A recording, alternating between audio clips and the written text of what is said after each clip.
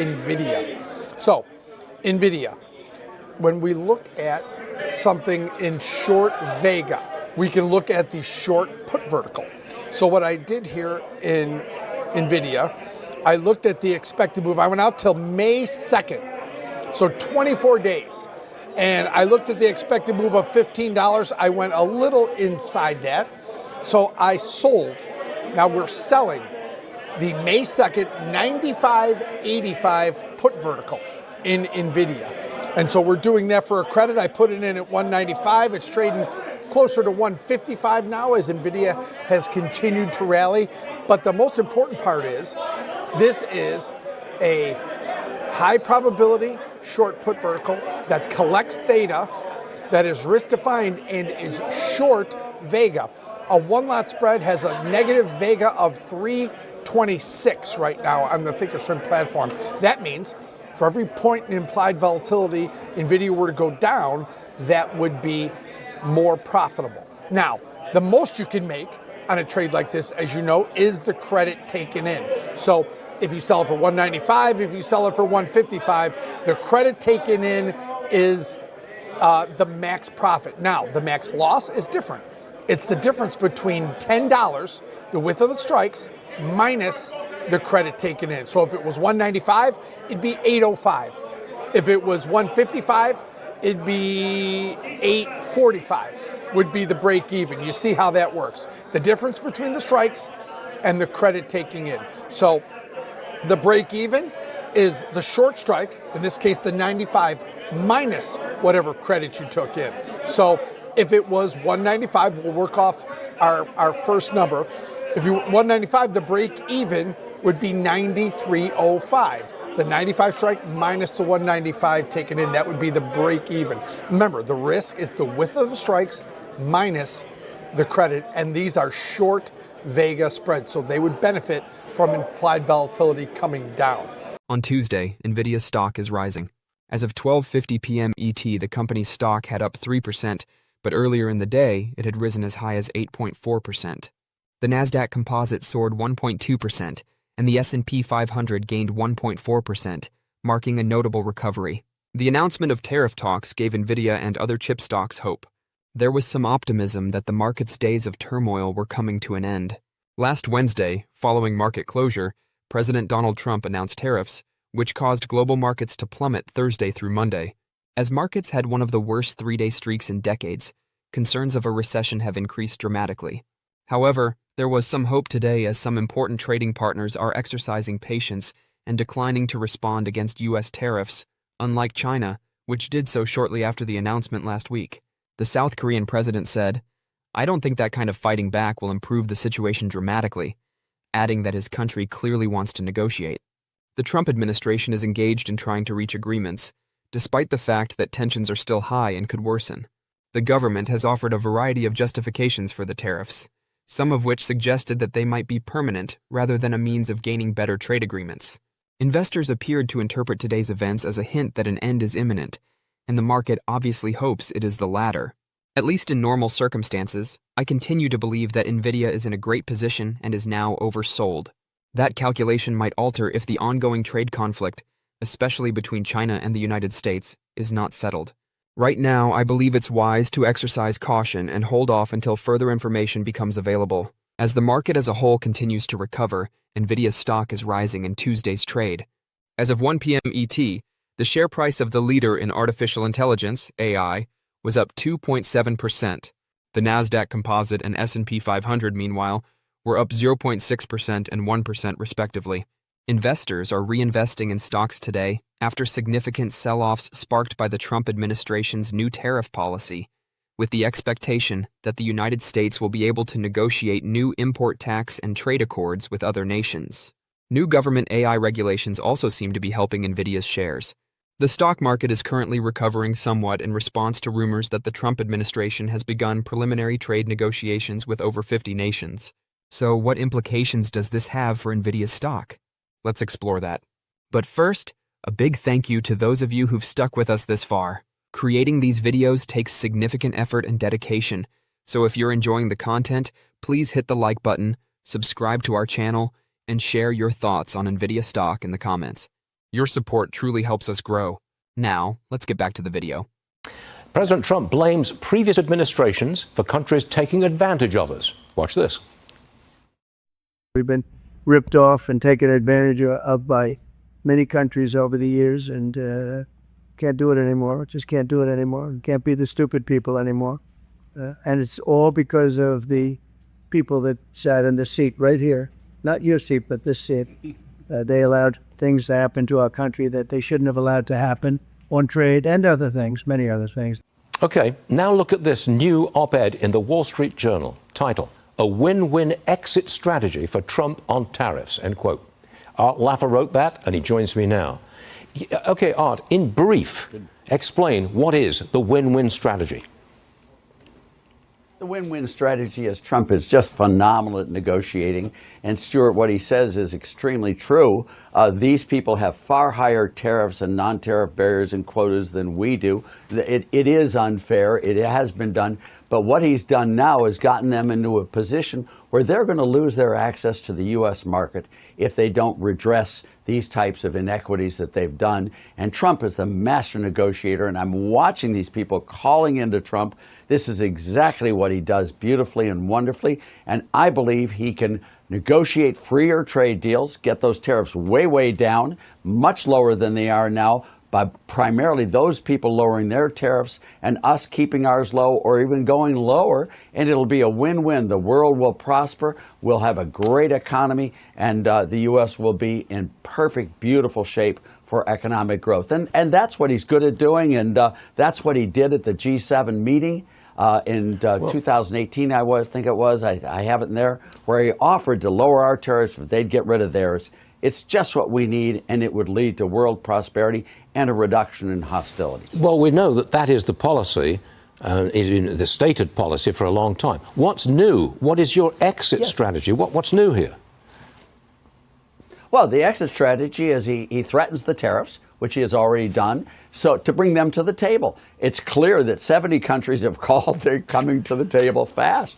Now the exit strategy is he doesn't impose those tariffs. He takes those tariffs away. He even reduces our tariffs on those countries if they will eliminate their tariffs on us. And that would be the exit strategy, which would be a win-win-win-win. That's just what we need. If those tariffs go in and stay in for a long time, Stuart, and if we have a huge escalation of tariffs as is currently planned, that would be disastrous for the U.S. and the world economy. Believe me when I tell you that. That is not a good answer. But what's this about? You're suggesting that the president should go on global television and make a worldwide offer of you cut your tariffs and we'll cut ours, we'll get a deal. A global TV presentation. Is that part of your idea?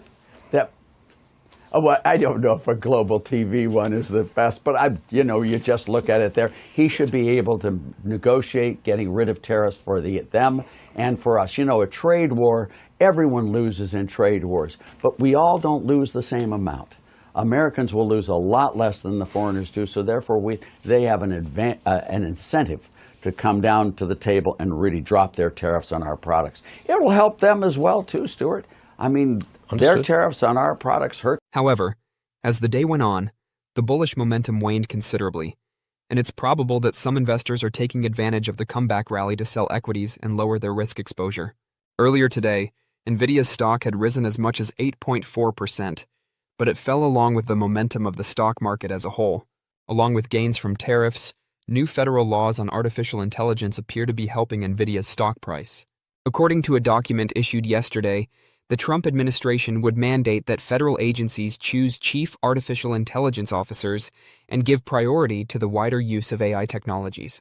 Additionally, the memo revoked earlier executive orders issued by the Biden administration that imposed barriers to the advancement of AI technology and established new conditions and limitations for acquisitions pertaining to AI. The tariff scenario will probably remain the largest short-term catalyst, even though a less onerous regulatory environment should eventually help Nvidia.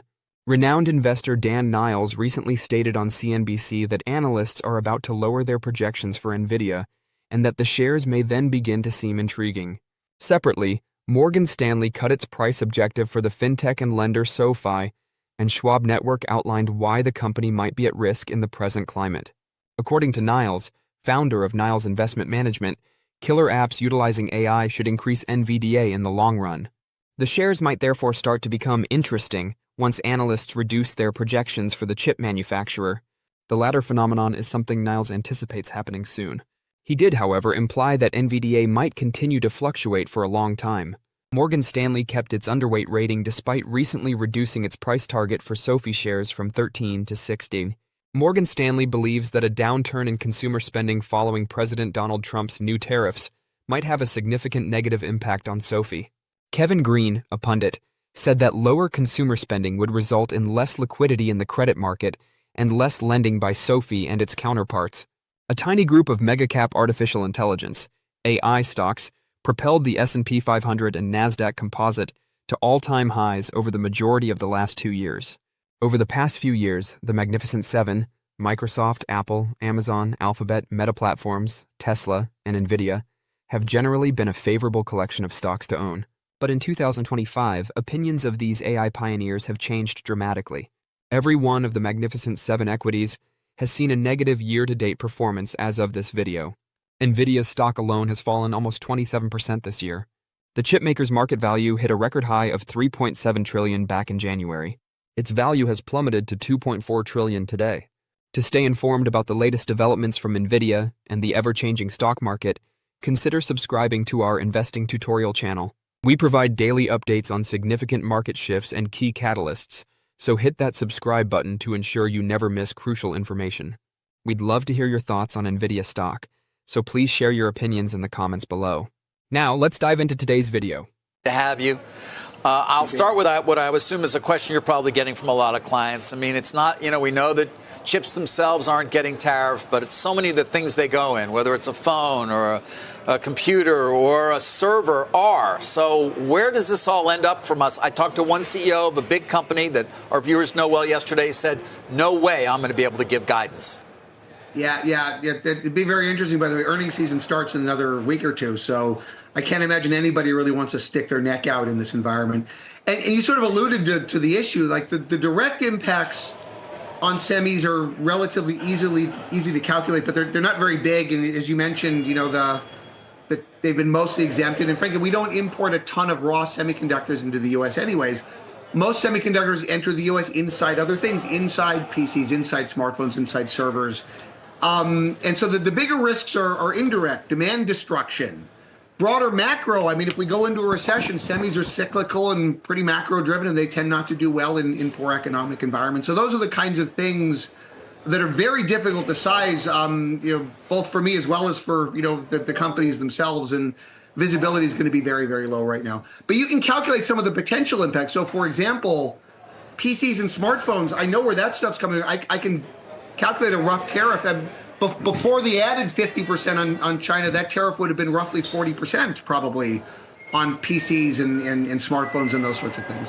There are a few silver linings, by the way. So one of the big concerns that people have has been AI servers and this worry that, oh my God, do the U.S. hyperscalers, do their CapEx budgets just have to go up 50% or 30%? Yeah, you just anticipated my next question. So what's the answer here? What's the cost going to be in the data center, for example, potentially? Well, as it turns out, a lot of the AI servers, as well as some of the other compute hardware that's used in the U.S. actually comes from Mexico.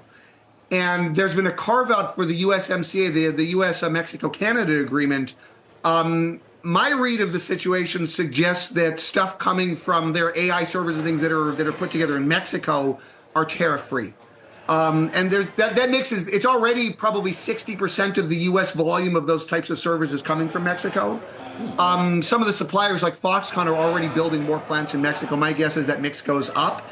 And so there are some workarounds. There's some other things, like if the U.S. content of some of these devices coming from other places is above 20%, then the U.S. content would not get tariffed. And so you could imagine ways to increase the U.S. content of things coming from other areas before they come into the U.S. And so there are some workarounds, and I'm sure everybody in the industry, they've got their smart people trying to figure out how to navigate all of this. But it is uncertain. It's going to be a little while before we know. But it's not necessarily doomsday, hopefully, at least on the AI server front yet. So what about long term? I mean, everything you're talking about is like in the next few quarters. Long term, if you think the future is still Gen AI, how much damage has been done to these stocks from a valuation perspective? And where would you buy first? I mean, valuations are down across the board. In fact, there's plenty of stocks that are down even more than stocks like Nvidia or Broadcom. So it's not necessarily just a Gen AI thing. I do think, though, over the long term, the Gen AI and the broader trend toward artificial intelligence is still a real trend. And if anything, it's going to be more and more important. And so I do think that trend is there.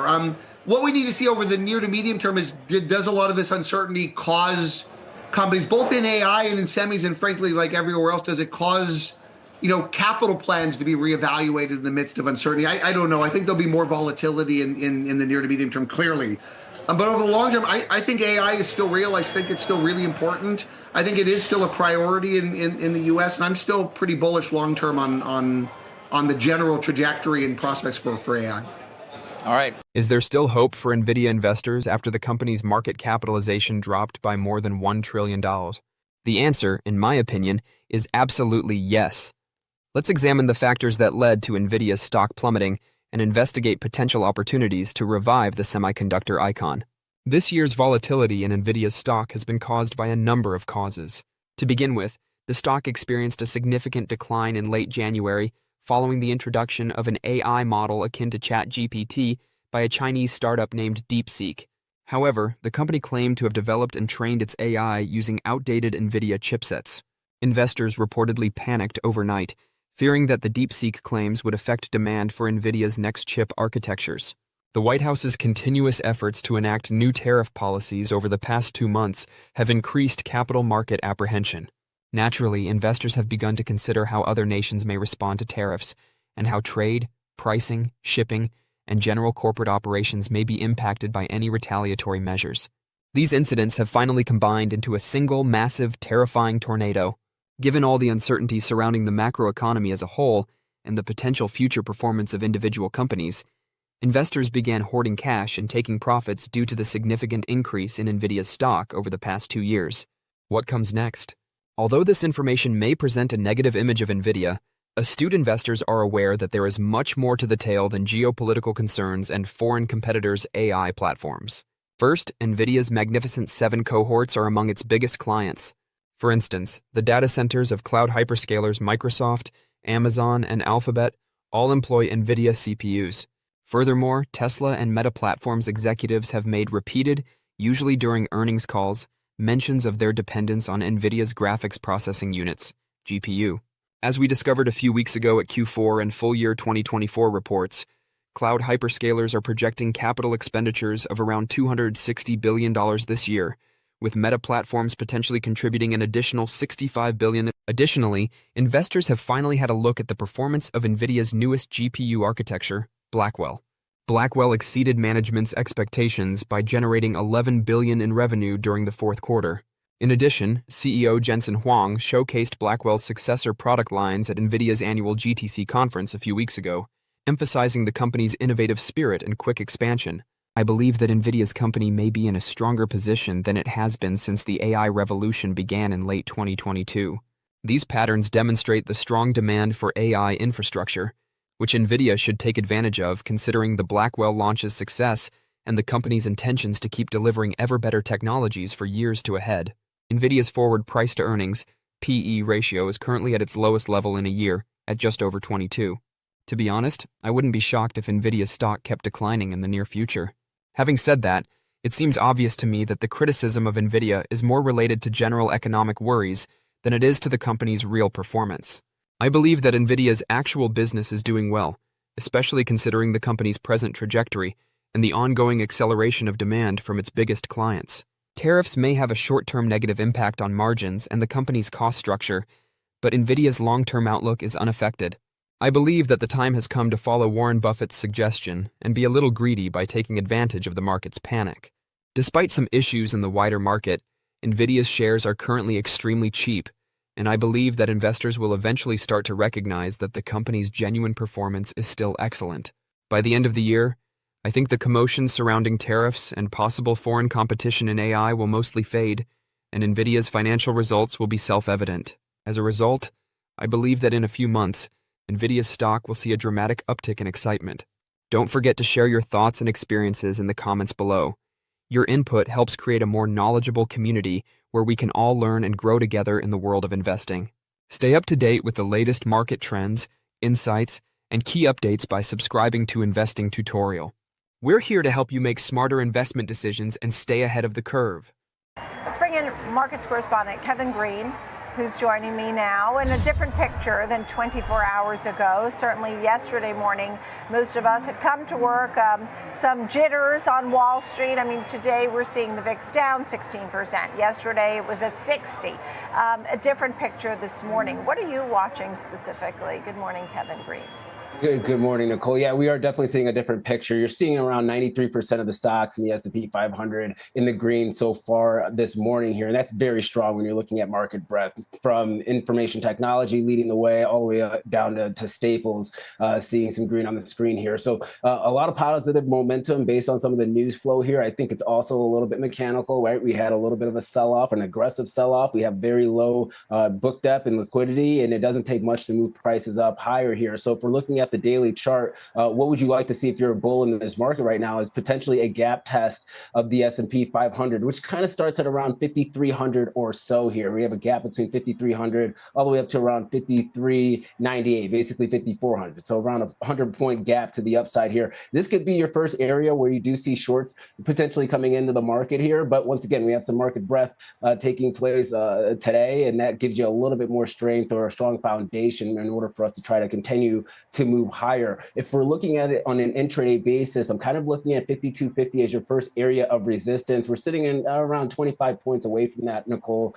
to the upside here. So that's going to be a key area for us to really try to focus on. And if we're able to break through potentially another 100 points to the upside, 5350 is really where I'm seeing a lot of the call selling flow happening for a lot of these institutions. So that could be another area of resistance, or maybe a target that the market tries to hit. But if we do get any type of failure, we have to hold 5,000. 5,000 is a really major level when you're looking at options positioning pretty much throughout the remainder of this year. And if we have some form of a breakdown below 5,000, you're looking at 4,800. So we still have a very wide range right now. That wide range is kind of evident by the VIX, as you kind of talked about. I mean, we're still seeing the VIX on a relative basis still elevated, pricing in around a 2.25% implied move to the upside or downside here. So we're not out of the woods yet, but this is a really strong performance to start off the day. And yesterday, the swings we saw, the S&P yesterday was down almost 5%, 4.7%, and at the top was up about 3.5%. So what a swing it was, and you're giving us some key numbers to watch. You mentioned 5250 for some resistance right now, so we'll keep an eye on that. You're also looking at the yield curve, a very important telltale story, right? Exactly. And we've been kind of highlighting this over the last couple of weeks here. And this is just evident that you have to keep this one on your radar. And you can follow this on TOS too. I'll share it on X after the segment here. But you have seen the 10-year, 3-month Treasury yield kind of back out of that negative yield territory here. And it continues to inch to the upside. And actually, Nicole, it pretty much bottomed out on Friday before the S&P 500 really tried to bottom out. And the trajectory is still to the upside here. So we actually have a wide divergence when you're looking at the price action between that Treasury spread and the S&P 500, and you would like to see that spread actually converge. And for bulls, you'd like to see that obviously happen with the S&P 500 kind of catching up to that yield spread here instead of yields moving lower. And so until that trajectory shifts or stalls out here, I think that's going to be another tailwind for the bulls for now. Now, we also have to just keep in mind, I bring this back up, liquidity is very light in this market. If you're looking at the E-mini S&P 500 bid-ask sizes, if you will, or the book depth, you're only sitting at around 4.5 contracts on the bid, 4.5 contracts on the ask. In a regular bull market, Nicole, that would be sitting at around 55 contracts, 60 contracts. So we have a long way to go there, even though you're seeing volume actually increase on a day-by-day basis. So a lot of trading activity taking place, low liquidity, very easy to push prices higher or lower, like we saw that $2.5 trillion spike yesterday and that give back here. And this is the market that we have to really expect. I would still say head on a swivel, be very tactical. We're not at a complete short zone yet for the S&P 500. Once you get to around that 5,300, 5,400 level, that's where you might see maybe some profit taking, and maybe the bears trying to get in and trying to knock this market down. But for now, we have some green on the screen, and I think, as I can hear from the exchange, a lot of people are celebrating about that. Without a doubt. You know, on Friday when that bottomed, that was a sign to folks to keep an eye out for a change in sentiment or the way the markets could move. What's interesting is how you mentioned volume being very heavy but light liquidity. I don't normally hear those two things together, right? Isn't that sort of somewhat unusual, right? It is very unusual, Nicole. This is kind of, once again, a little bit more of a generational type of an event where you have a lot of volume taking place, but there's not a lot of size. So if you're trading a very large order, you can actually kind of push that book either to the upside or downside or fill a lot of orders. That coincides with price volatility in the market. So if you want to see volatility come down, as you talked about the VIX, you need liquidity to come back into the markets. And that's going to be the key area. Until then, we might still have an elevated VIX as markets try to push higher here. But that real flush on volatility is going to have to come from dealers, market participants, institutions really coming back in and trying to backstop this market, both on the bid and ask, if you're just looking at the internals here. And that's the thing to watch over the next couple of trading sessions. And watch out for the Treasury auctions. We can't really confirm that yields are moving higher because we're in the all clear. We might be also seeing maybe some selling pressure and some influence from foreign buyers here. The auctions of the 10-year and 30-year will give us that confirmation one way or another. Yeah, the 10-year and the 30-year auctions, those will be very important. We'll see how those are received. And we have so much foreign money here, too. But just a final quick thought on the volatility. I think you had a chart to go with it. The 60 level that we had seen on the VIX, now we're at 38.86, down over 16% at least. A final quick thought here. Yeah, so this chart here, we're looking at the VIX minus the front month VIX future. So we're trying to measure the gauge of backwardation, or when we talk about backwardation, we're talking about near-term fear in the market that's not being priced in. The curve is still in an inverted curve for volatility for now, but you are seeing the spread moving lower and lower, and that's because spot VIX or VIX is moving a lot more aggressively than the VIX futures for now, which is exactly what you want to see. We were at a 7 standard deviation move to the upside. Now we're moving a little bit lower towards around a 4 standard deviation move, still elevated on a relative basis, but you want to see this continuing to move down. And like I said, liquidity is going to do that. Nothing else is really going to do that besides liquidity. That'll actually kind of crush these premiums on the wings of the SPX options here, and that's what's going to lower vol, and that could actually be conducive for markets moving higher. And I just want to say, we're not out of the woods yet. This could be a little bit of a counter trend rally like we saw about 2 weeks ago or so, and you can see the markets kind of fade a little bit more here. So cautiously optimistic for now, decent price action, but don't get married to it because we've seen fake outs before.